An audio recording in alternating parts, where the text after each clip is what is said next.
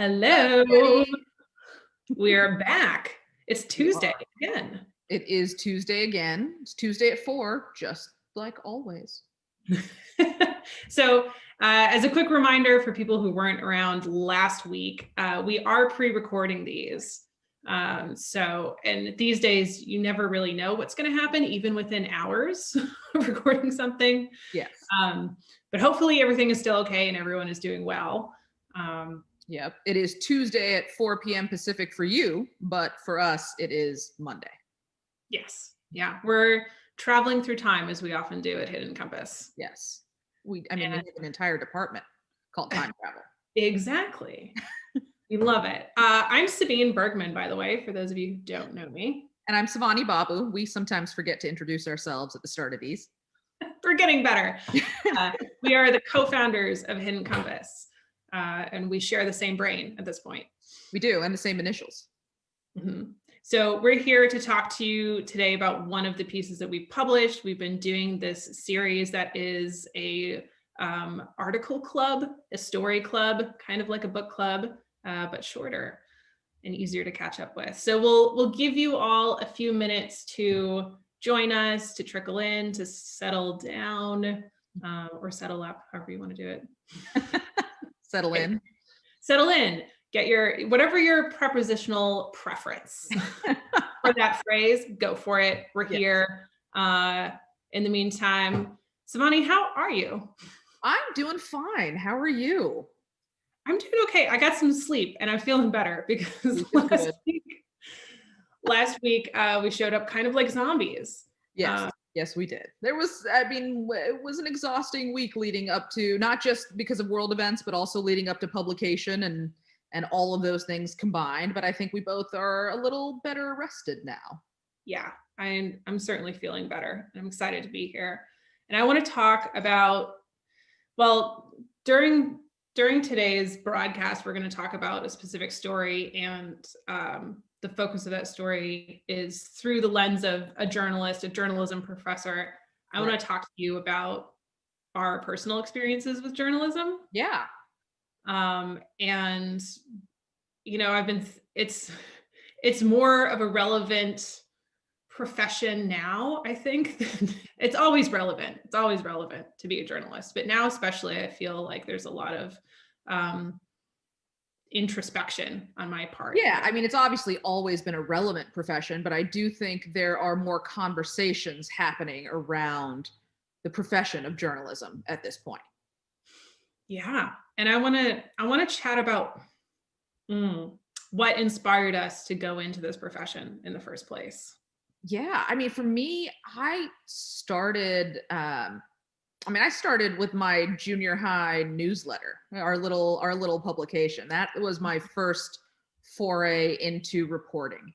And I did that all through school and ran my college paper, but I came into this originally from the news side, from the more hard news side. I worked at TV news station and newspapers and things like that. And so somewhere along the way, I took a turn into travel journalism, but I do miss the news aspect of it.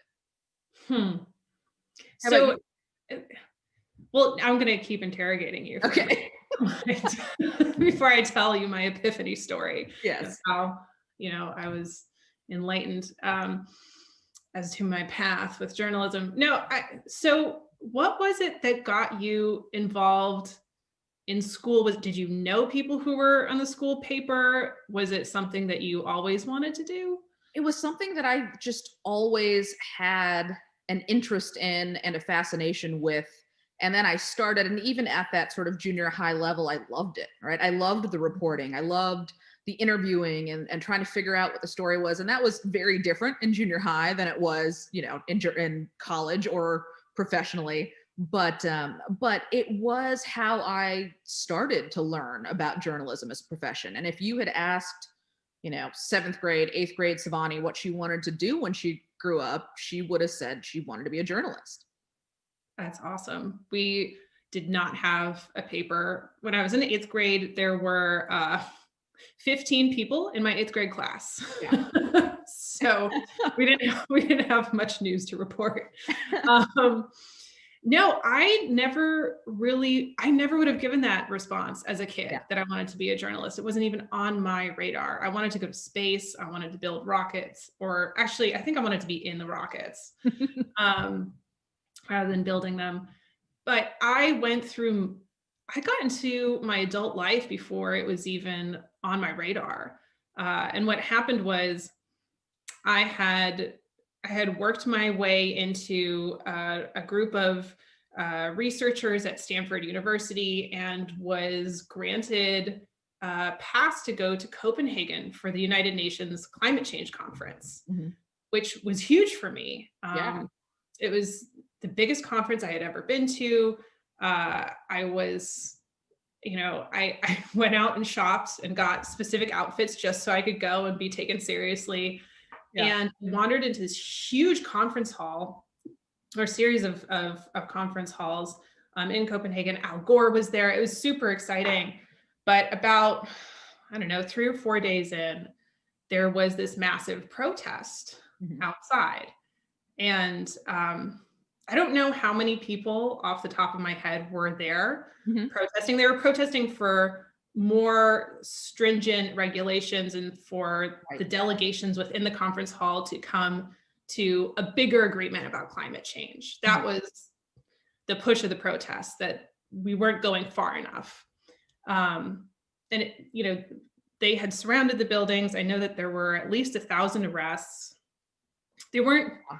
we weren't in danger per se in Right. the hall. It wasn't like they were breaking in. It's weird to talk about this story now, actually.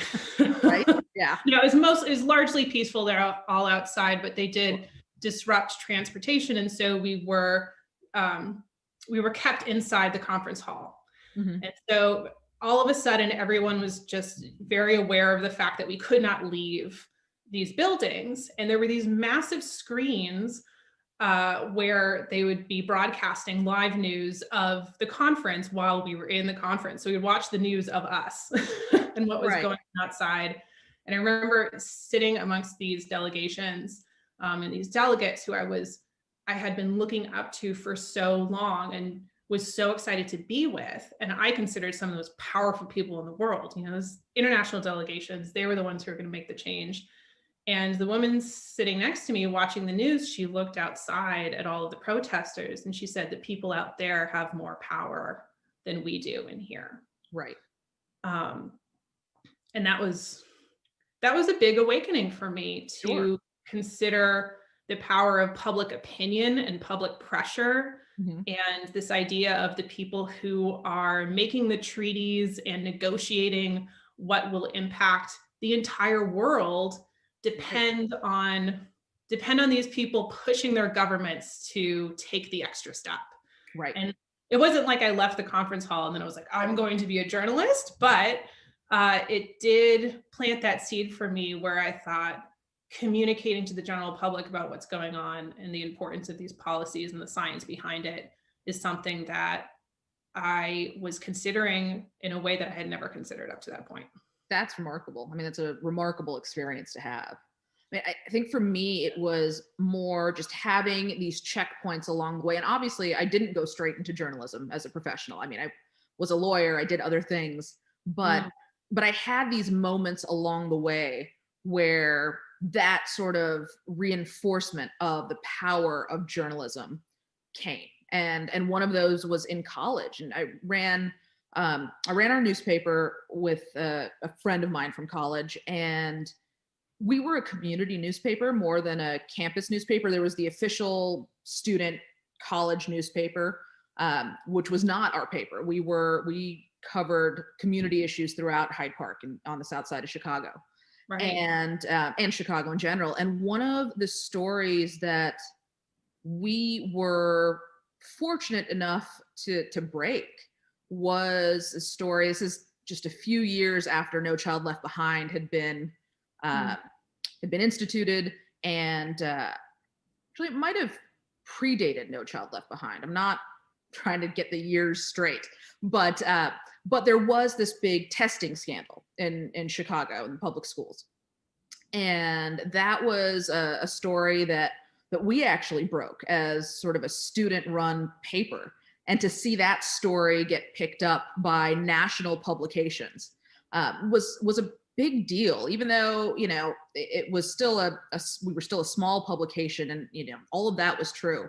But to see that something we reported on made the news elsewhere was a big deal for a, you know, 20 something, early 20s, maybe even 19, I'm not sure.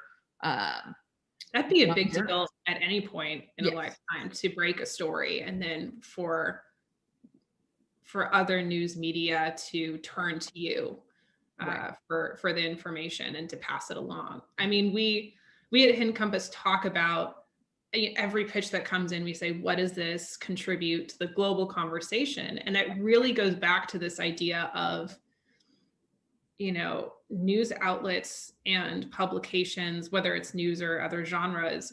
This is humanity having a conversation with itself about what is happening, and what needs to be done. And it amplifies voices and stories that are important for perspective and for change. Right. Right. I just had to do a little presidential math in my head, but that was definitely in the era of No Child Left Behind.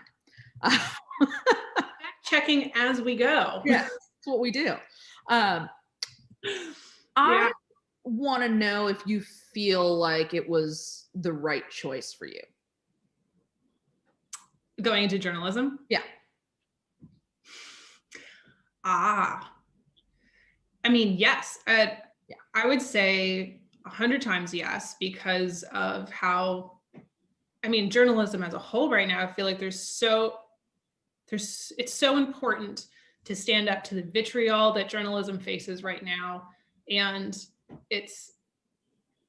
I think journalism is one of the most important things in a functioning democracy. So I feel honored to be part of that. That said, though, I mean, I'm not in news journalism, Right. You know, we're in a different genre. And so that, to me, sometimes I get a little antsy. Yeah. In that I want to be reporting on stories a little bit quicker and a little bit more to the heart and the pulse of what's happening Right. day to day. Yeah, and I have these moments of wishing that, you know, I were in the trenches with our colleagues. Yeah. Right. And that we were facing the same things, the same challenges, and we were standing up to them in the way that they are. You know, I have those moments too, but I think that's the trade-off of, you know, being able to publish stories that are in the moment and of the utmost importance. But then also what we do is, you know, having the ability to take a step back and publish stories that have some distance on them, that still connect to those global issues, but have some distance and perspective. Oh, that perspective is crucial. Right. It is important, and it is. I posted earlier this week or last week, I don't know, I'm in a time funk about the yin and the yang of stories. And it's important to be informed and to gather information and to take it in as it's happening. But it's also important to have the stories that are, like you said, they have some distance and they have some perspective. And those, I think, are also a little less charged and perhaps are able to, I hope, reach a wider audience. Right. Than we would be doing otherwise. But it's also hard for me, I would say, to only report something rather than to get involved. It's kind of like as a scientist where you're only allowed to observe and you can't go and mess with your data. But if something really challenging or concerning or terrifying is happening, you know, you bump up against these feelings as a human being of wanting to actually do something. Right. And so it's hard to sit back and say, I am doing something long term. It's important for people to be informed. But in the moment, that can be hard to remember. Of course. Yeah. Say. Well, I think that is a good segue into the story that we're talking about. This is I love our small talk is, you know, why did you go into journalism, and was it worth it? But now that the small talk is out of the way. Yeah, exactly. Yeah. Yeah. So let's talk about Field Truthing a Dream by Russell Frank. Mm-hmm. let's talk a little bit about how we came to assign this piece, because it was a very long time ago that we first assigned this piece. We assigned this piece, he'll have to jump in, Russell, if you're watching, jump in and let us know exactly how long it's been. Because you might know, you'd be like, it's been 18 months. It's been at least a year, I would say. I think so. I think it's been more than a year. And, this, because we wanted this piece to be published in an issue where it could really, really shine. And I feel like it came out at the right moment, the perfect moment. And, tomorrow is inauguration day. We're having all these conversations about journalism and truth. And this piece largely sits in that sphere. And so, yes, we assigned it over a year ago. And this is the perfect moment for it to be published. When it came in, so it came in as a draft. Right. In fact, so we assigned it a year ago and we had a draft of it. Yeah. And I remember getting this piece in my inbox and just loving the pacing of it. I think a lot about the pacing of the stories that we work with, and how it feels to meander from scene to scene, or to jump from scene to scene. And I really liked that this was a piece that pulled you in. I was enamored with it in a way that it wasn't. A lot of pieces grab you with like a high stakes scenario. Sure. You're at the edge of your cliff, someone is about to die, we don't know, and then there's a scene break, and then you go back to figure out who the person who's about to die is. Yes. And this is not that kind of story. It's actually very different from that high stakes, very sometimes anxiety producing pace of a lot of what I'm reading this month. And yet at its core, it's about truth, right. Which is also what this moment is all about. Although the first draft was less about truth with a capital T and more about map making. Right. And I remember that first draft because my initial reaction, even before I read it, because it was, we sent it out and there was a little email about, this is a story about, cartography, map making. And my first response to that was, I love maps, right? Like I love maps. And the idea of artisanal map making, artisanal cartography. But what this story grew into kind of came later. The journalism parallel that's in this story, and that's a significant part of the story, came later. It's not what we anticipated when we assigned it. And the level of importance and relevance that the story took on in the days leading up to the publication changed for me as a publisher and as a reader. Yeah. This is why I love assigning pieces without the need to have. So in journalism, we call it a peg, right, which it pegs your story to the current moment. It means that, this is why this piece needs to be published at this moment. And we're not as beholden to that idea at Hidden Compass as a lot of other publications are. And I love that because that allows pieces to grow into their own relevance, which I think is exactly what this piece did. Absolutely.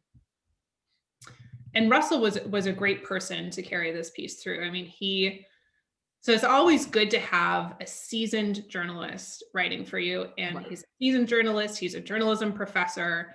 And so, I mean, regardless of the kind of story, it's good to have that person who's reporting for you, because that they have the experience to get the details right and to dig deeper. And because of how the story developed, it became even more of an asset. Absolutely. I mean, we're talking about these themes of truth and fact that are extraordinarily relevant right now. And it's even more impactful because this is a man who has experience in this profession as a journalist, but also is teaching the next generation of journalists. He's a journalism professor at Penn State. And so you get a sense of what future journalists, the journalists who come through his classroom, right, are being imbued with. And that's a huge part of this story that I love. Yeah. And it's the lens through which he is looking at this story.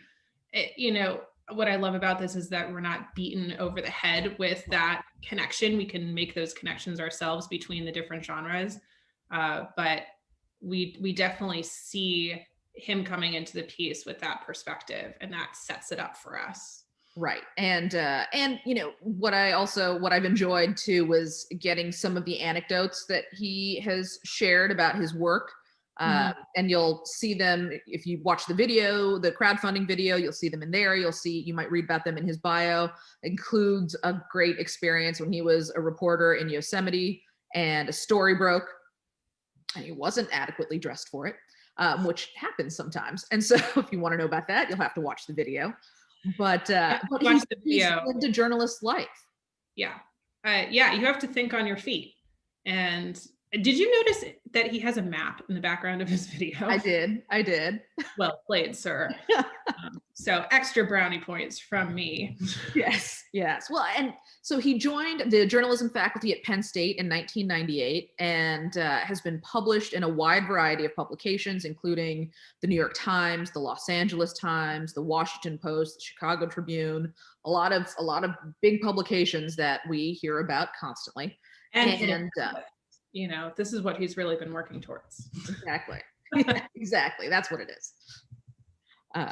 No, I love working with people who have been published all over the place, and it makes me feel honored as a publisher. Absolutely. You know, to be able to work with people who have been in this industry for a while. Definitely. And I think that's been one of the great things about being, you know, editors and publishers, the contributors we get to work with. And Russell is certainly an example of that. Yeah. Yeah. And I think a lot of people can identify with the writer who wants to be published by the big publishing houses. But, you know, editors, we have that feeling too, we're really excited that we want to be the ones to publish the story. Right. So it goes both ways. Yeah. And we have custom artwork for this piece. Yes, we have. Also, I love doing that. Yeah. Doing it, I think every single issue, at least recently. Yeah, we've generally had one story that has been illustrated, that we've commissioned illustrations for.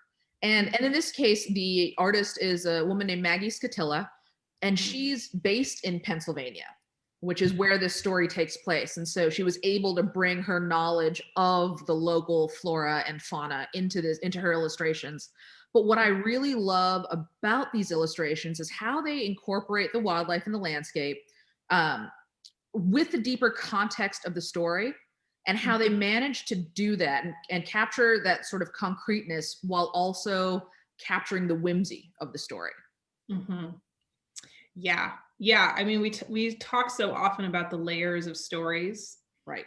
And I am especially thrilled when we can publish artwork that has similar layers and can capture those feelings too, right. That feeling of whimsy, and also that feeling of truth. Yeah, I mean, because this story is both of those things, right? It is whimsical, but it's also about truth and fact, and that's a great juxtaposition. And it takes a really good artist, a great artist, to be able to capture that juxtaposition in the illustrations. Yeah, for sure.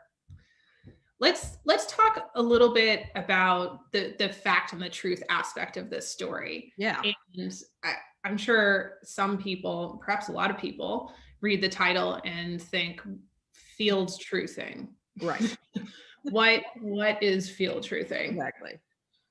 Which I think it's kind of intuitive. It's going out into the real world to see if what you're placing on top of it in terms of the maps in this case is accurate.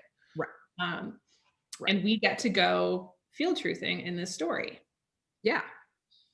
And see just how many hours go into confirming the details of these maps. Right. I for the fact checking side of this, I called Mike, who appears in the story. It's actually profiled in the story quite heavily. And I ran by this. There's a figure in this piece about how many hours goes into making a map, and it's kind of extraordinary. And so I asked him about that to see if it was true, and it's actually conservative estimate. So to me, it's just extraordinary how many hundreds of hours, more than 1,000 hours of work goes into every map. And that that's something that sometimes gets taken for granted. Well, and I think that's one of, one of the many parallels with journalism in this story, right? How many hours go into reporting a story? And most people who read it never have any idea, right? And it starts with, your time in the field and the research side of things, but Mm. it also goes into the nitty-gritty of the words that we use when we publish a story. Oh, Uh, yeah. I mean, I think about how many hours I've spent in editorial meetings at Hidden Compass, at previous publications I've worked for, having conversations about a phrase or a single word right. and what can be used. And we really do obsess over that level of detail because every word is important. Right. And the hours that go into a story, because sometimes it's hours, it can be days, it can be years that go Yeah. into reported stories. And just like a great map, I think that often gets lost by the people who get to consume it at the other end, who get to use it or read it at the other end. Yeah. Yeah. I mean, to think about that, if you're reading a piece that has been fact checked and there's a scene from 10 years ago, Right.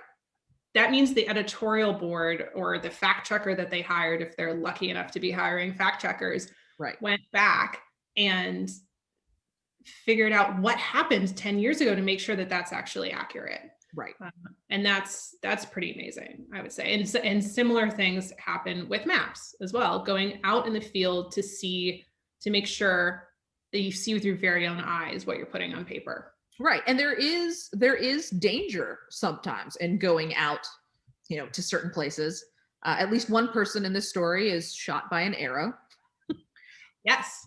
and and so Yeah. I mean, but that can be part of going into the field sometimes. I mean, not Right. necessarily arrows, but there are sometimes inherent dangers in reporting a story. And I think we saw that on full display with many of our colleagues who've been reporting certain stories in the last few weeks. Yeah, yeah, for sure. I mean, it's so much easier to not go in person and to assume, you know, that what people are telling you is true and to not go yourself. And it does, sometimes there is danger involved. Sometimes you have to navigate dangerous situations or uncomfortable situations Right. in order to, and you really put yourself out there in order to be there and see it yourself. Yeah. Um, but yeah, but people rely on you to sort of lead the way and show them what's possible and relevant, and that's true of both map making and journalism. yeah, yeah. And I think we were talking about how people take fact checking for granted. People take field truthing for granted. I've taken field truthing for granted. Sure. I don't necessarily think about 1,000 hours going into a map that I'm using, Right. um, and how those hours are spent to verify truths that are big and small. Although, as I said earlier, I mean every word matters, and so every line on a map to an artisanal cartographer matters as well. Right. And then from the big picture, right? Every map, just like every story, every map is a story. And you're trying to figure out, as the cartographer, the cartographer is trying to figure out what story to tell of a place.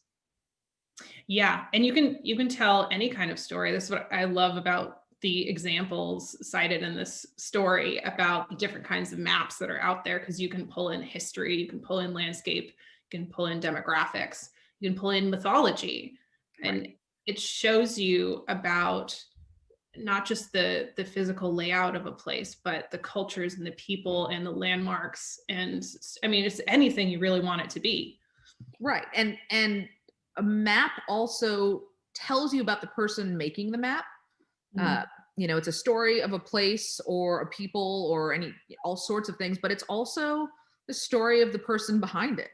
And this idea of maps as art and not just as directions, right? And there's another great example. Our managing editor and I have brought this up in various meetings, but there's a great book called The Atlas of Remote Islands. And the way I've always described it since I read it for the first time several years ago, sort of the atlas, we talk about the map as art, but it's also like the atlas as poetry, which is as much a statement of, the physical atlas, the physical book in your hand, as it is about the person who created it. Mm. Yeah, I love that. There's a line in this story that uh, is talking about an artisanal map maker. He's driven by offering possibilities and not directions. And to me, that really encapsulates the artistic side of things. That yes, it's important for everything to be accurate on the map, but that is in order to show you what is possible. Right. Because it's not telling you what to do, it's telling you what you could do. And it's up to you. It gives you the tools to move forward in the world. Um, it's the same thing with a story. I think a good map and a good story, they don't tell you what to do or what to think, but what you could do and how you could think. And I think Russell does a phenomenal job of bringing that to life and bringing this character, Mike Herman, who is the map maker that the story largely profiles, bringing him to life and what this means for him. Mm-hmm. Yeah. And I think that this is where those tiny details really do matter, because you need to be able to, it's like this is a jumping off point, this map or this story or whatever it ends up being. And you have to trust in that in order to leap beyond it. And so some people might think we're crazy for waking up at 3 o'clock in the morning to worry about a word that's been misspelled, but it's about trust. Right. It's about trust in what you're presenting. And then once I think you have that trust, then it allows that space for possibility and for the whimsy that's captured so beautifully in this piece. Definitely. So I want to ask you about your hopes for this piece. Question that we pose at the end of each one of these, and it's always fascinating to me what we both come up with as sort of what we hope for this piece and for the journalist behind it. Yeah. And as publishers, we do have big hopes for our stories. Absolutely. And I would say that my hope for this piece is that people better understand the work that goes into verifying the truth, the painstaking effort and hours and hundreds or thousands of miles driven, and to appreciate the people who work neck deep in these details, so that the rest of us can have an accurate view of, as I was saying earlier, all the possibilities that lay before us. And so I hope that people consider this not just in one discipline or another, but to start noticing the people who are really in the details and making sure that things are true, and appreciate that. That's great. That's my hope. That's a great hope. What is your hope? What is my hope? I have lots of hopes. I agree that your hope is a great one, and that is also my hope for the story. I think in addition to that, we have a tendency to see truth as being this concrete thing, and we don't think of it coexisting with whimsy, right? And so I think one of my hopes for the story is that it shows us that whimsy and possibility can be grounded in truth and fact, and maybe not always should be, but certainly sometimes should be. I love that.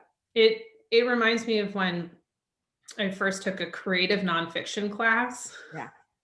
And that idea that nonfiction can be creative and whimsical and tactile and evocative and all of these wonderful things, that it's not just conveying information, but it can go beyond that. Right. And I remember thinking how cool that was. And to think about fact and truth and information going alongside all of these other things. It just empowers all levels. Right. Yeah. And with that, I think just a reminder, we encourage you all to contribute to Russell's crowdfunding campaign. And we thank those of you who have already, and those of you who've been reading. We appreciate all of your time, whether you're reading and sharing and contributing. We appreciate all of it. So thank you. Yes. And I think the contribute card for this piece says something along the lines of support this journalist if you care about navigating the world with facts as your guide. which is something I've been thinking about a lot lately. And so if you think that that's important and you want to support somebody who's writing stories about that, this is your chance. Definitely. And you know, take care of yourselves this week, everyone. I mean, always, but especially this week. Be sure to take some time to slow down. And I think And calm your nervous system. yes, You could do what I do and listen to, quiet forest ambiance soundtracks on your phone. whatever it takes. Whatever it takes. Whatever it takes. Light some candles, read some stories. Read some There's stories. a website. Yep, and this is a great one. This is a great treat to give yourself. It's a chance to escape a little bit, but it's also relevant to the moment. Yeah, for sure. Check in the comments. We'll have dropped the URL to the story. Yes. And I miss you already, but we'll be seeing you next week, and take care, as Siv said.